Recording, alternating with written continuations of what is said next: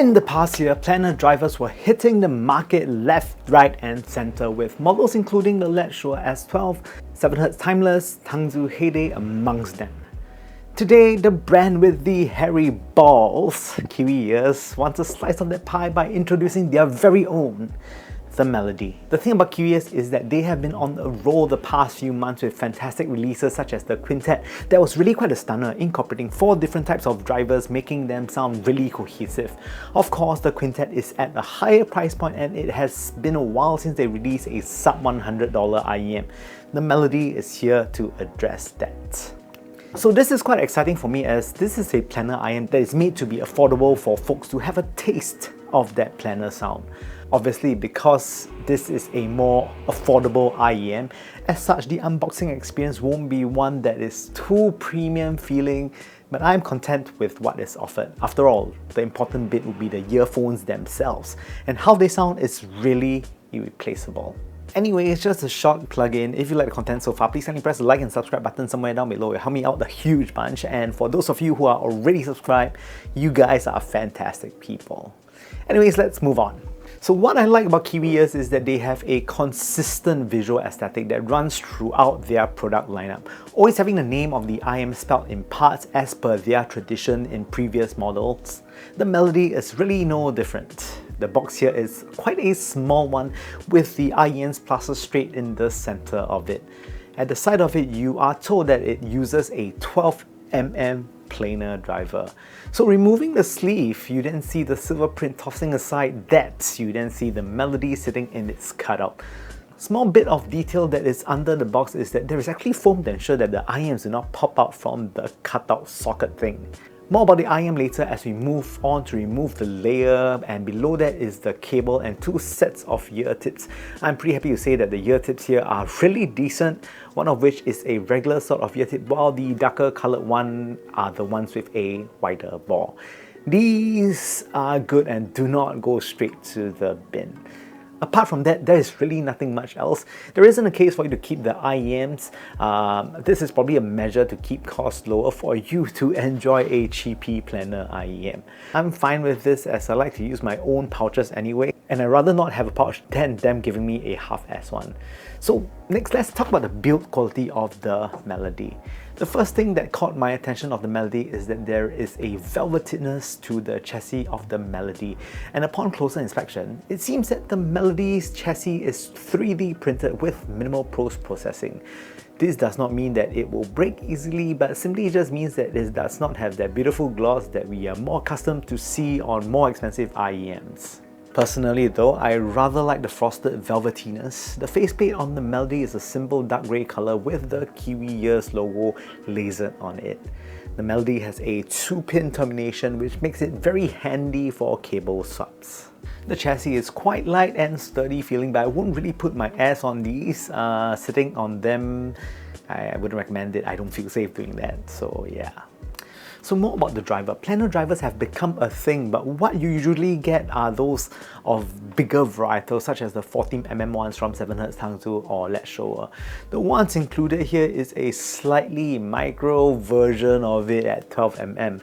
Usually a smaller driver would allow it to have a little bit faster transients while having a smaller soundstage, but that will be determined when we analyze sonics in a bit. So one of the things that people discuss about planar drivers is that they sound linear, especially in the bass segment, where sub-bass just transitions very linearly into mid-bass.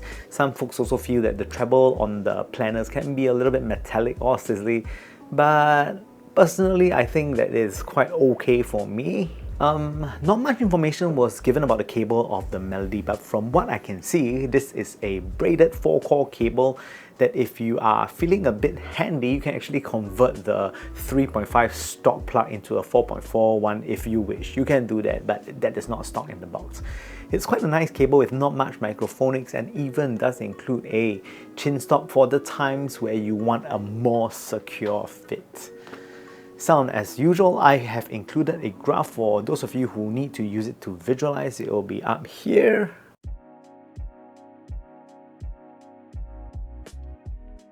So as you can see, the Melody does have a distinct V-shaped signature that has quite a pronounced bass section that dips in the mid-range and later rises in the upper treble section. I do think that if you have experienced V-shaped signatures before, the ones presented on the Melody is a little different in flavor due to the inherent planar coloration. The way it renders bass and treble is a little bit more linear compared to dynamic drivers. That is to say that if you have a V-shaped curve, you are expecting a bit more resonance from the bass section, particularly in the upper mids. The planar has a good amount of it, but the levels of dynamic offered on the planar driver is not the same as on a dynamic driver. Again, similarly, treble also rises linearly as well without rolling off, which can cause some listeners to feel that there is a sort of metallic timbre. That's basically the gist of planar IEMs. For me, I found it mostly pleasing, and the Melody is a good gateway for folks who have an idea of what a planar IEM would sound like on the cheap. It is on the whole a fun rendition of what a planar IEM would sound like.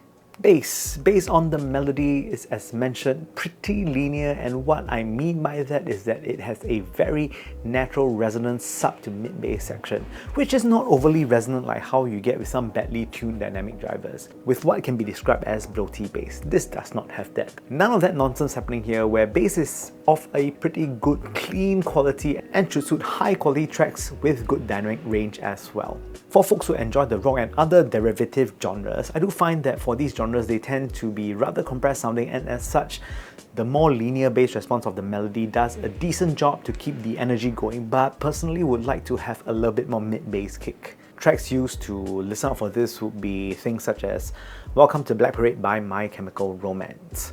But one thing to note is that this is really a common trait among planar IEMs. But apart from that, detail levels on the whole is actually really good, especially taking price into consideration. Speed of the bass again is natural. I won't call them lightning quick, but really rather realistic. Next, let's talk about mid-range. Vocals sit a bit back in the mix of the Melody. Note weight of the vocals is average as well. It has very good texture and resolution in the sub $100 price range. You get plenty of planar character here in the mid-range, especially in the upper mid-range where the Melody displays very good levels of sparkliness. The planar driver here raises linearly, allowing the treble to be quite extended as well.